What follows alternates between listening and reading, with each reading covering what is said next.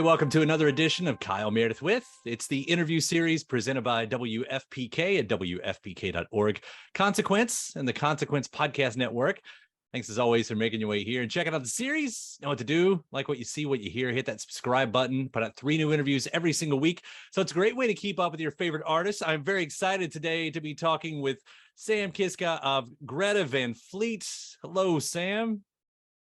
Hello, and all the rest of us on this swirling ball in the nothingness.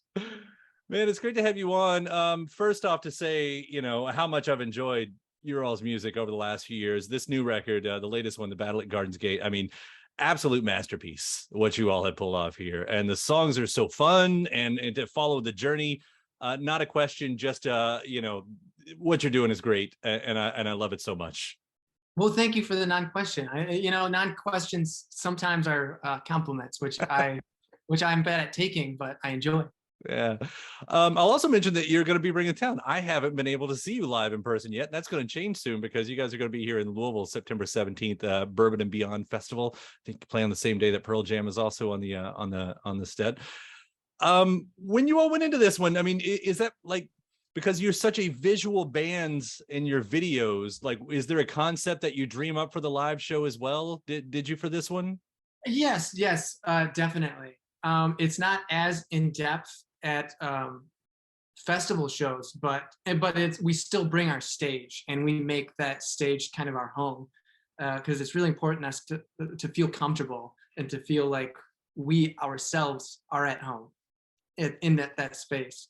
But yeah, we spend months and months working with designers and dreaming up ideas and seeing what comes to reality. And it's just kind of about us sitting in a room together and just going crazy, kind of like kids with a vision, just like to actually create something. But the difference is, it actually happens, and we want fire on the stage. And they're like, okay, we can do that. We can have fire, but we want lots of fire, and we can do that too. So yeah, we spend a long time curating kind of the environment that we're in and the space that the music lives in. Yeah. So if you could explain, like, what is that environment that you came up with for this latest tour? Like, if you can put that into words.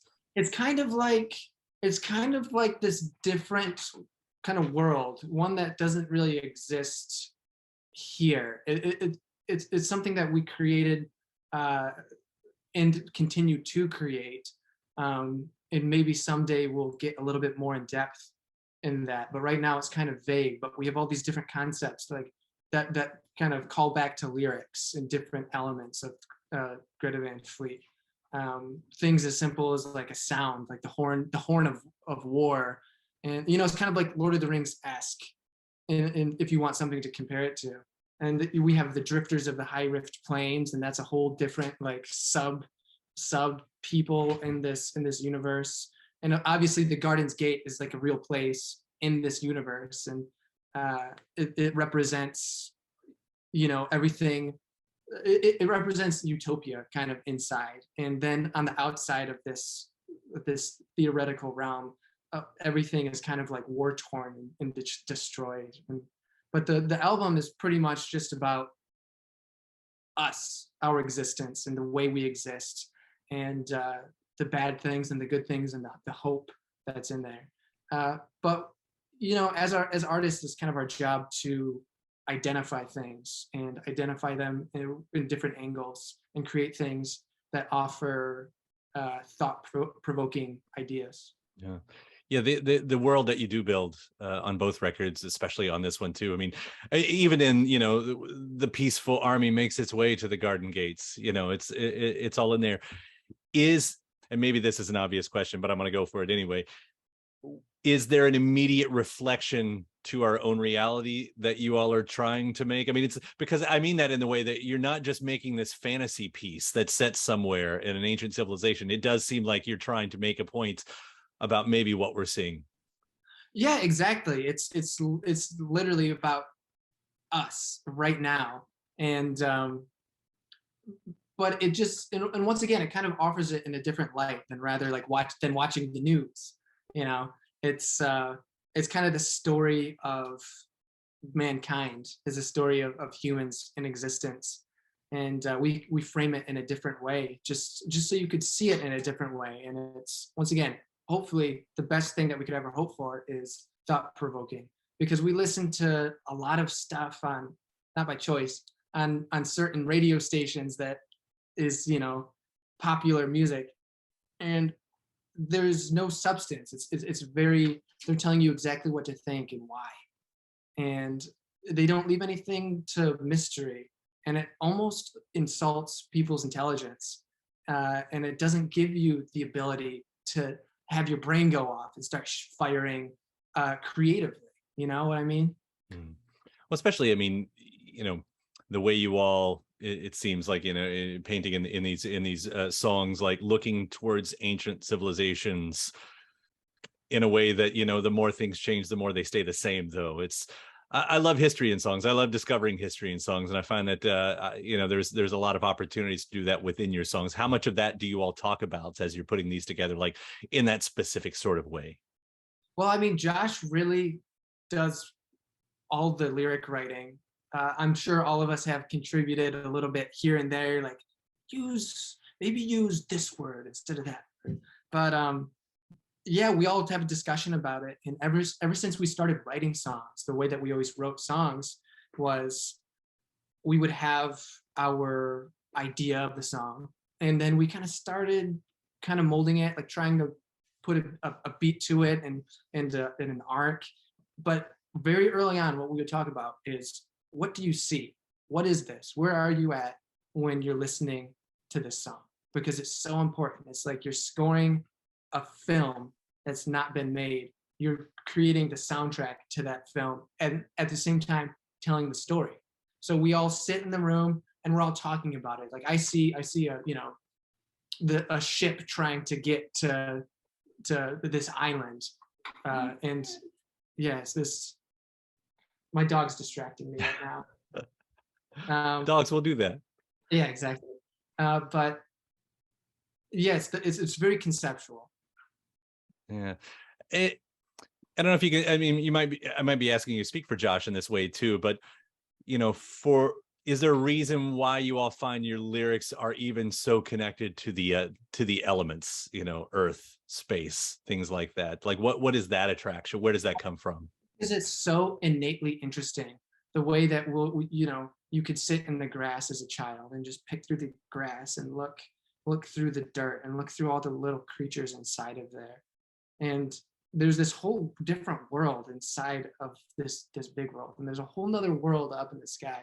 You know, imagine the primal people, just as soon as humans started looking at like humans, you know, looking up at that sky and seeing just the vastness of the beauty of just those stars in the sky.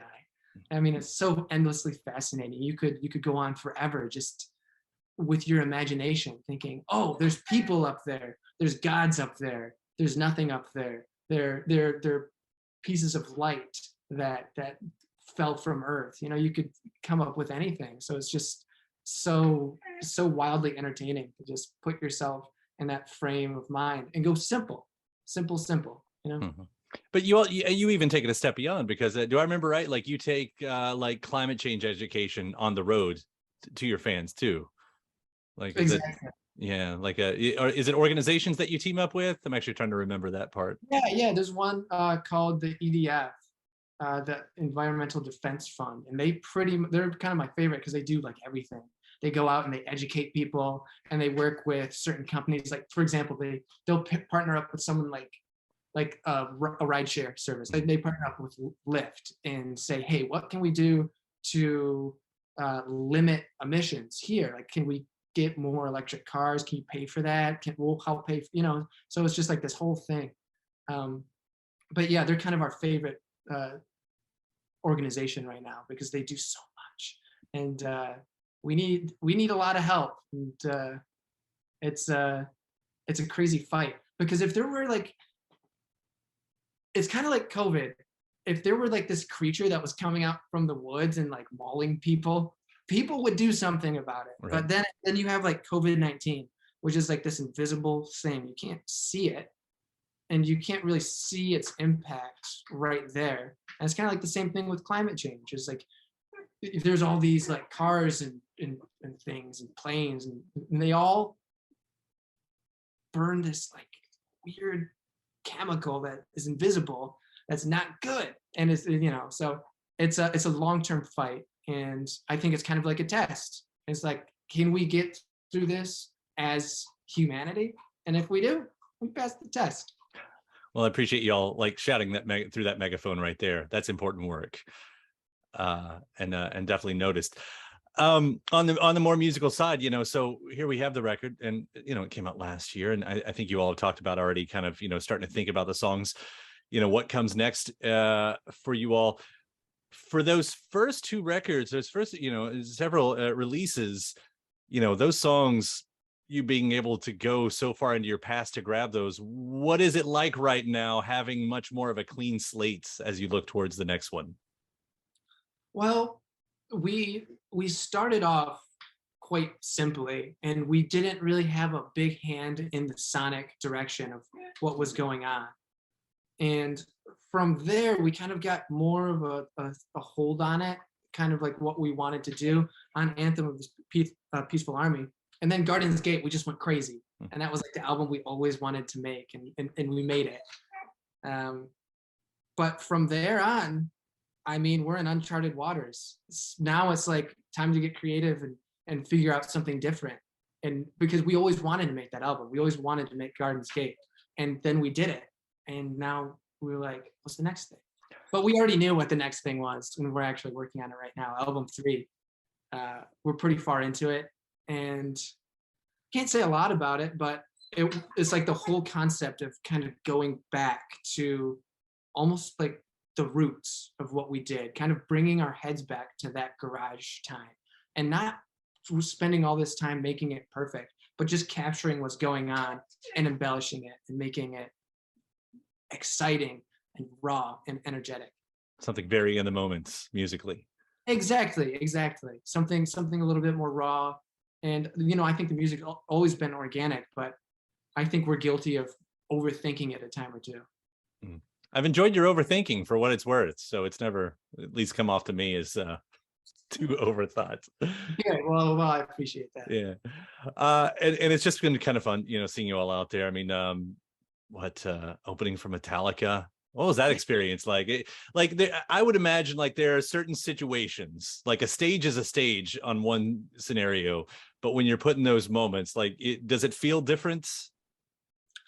It's tough to say. I mean, we always want to just get up there and perform and just create this wild happening.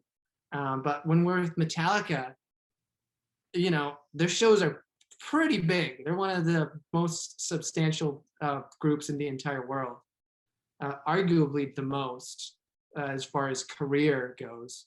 And I mean, it's great opening for them because I find that there are the rock fans, and then there are just the straight up music fans in the audience, and both tend to like us. So it kind of works out. Yeah.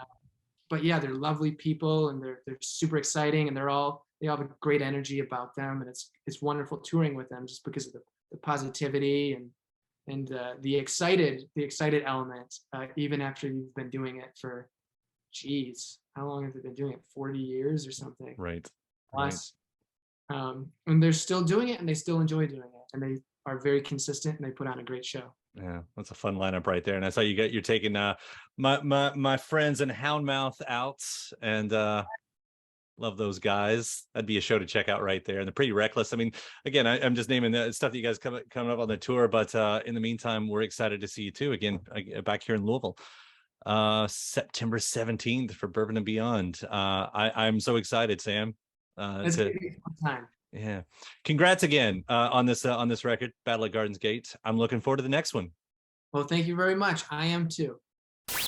And thanks to my guest. Also, thanks to you for checking out the episode in the series. Before you get out of here, hit that subscribe button.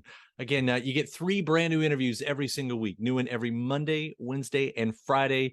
at right here on YouTube, or of course anywhere in podcast land, including iTunes, Apple Podcasts, Spotify, Podchaser, NPR, or WFPK.org as well. A great way to keep up with your favorite artists and discover new ones as well. Then after that, actually head over to WFPK.org. That's where I do a show Monday through Friday, 6 p.m. Eastern. It's an hour full of song premieres, music news, anniversary spins, bonus interviews, Monday through Friday, 6 p.m. Eastern at WFPK.org. Consequence has your music and film news. You can also find me on the social media spots, Facebook, Instagram, mostly on Twitter. All three of them, the address is at Kyle Meredith. Do hope you like and follow along. That does it for another edition. I'm Kyle Meredith. I'll see you next time.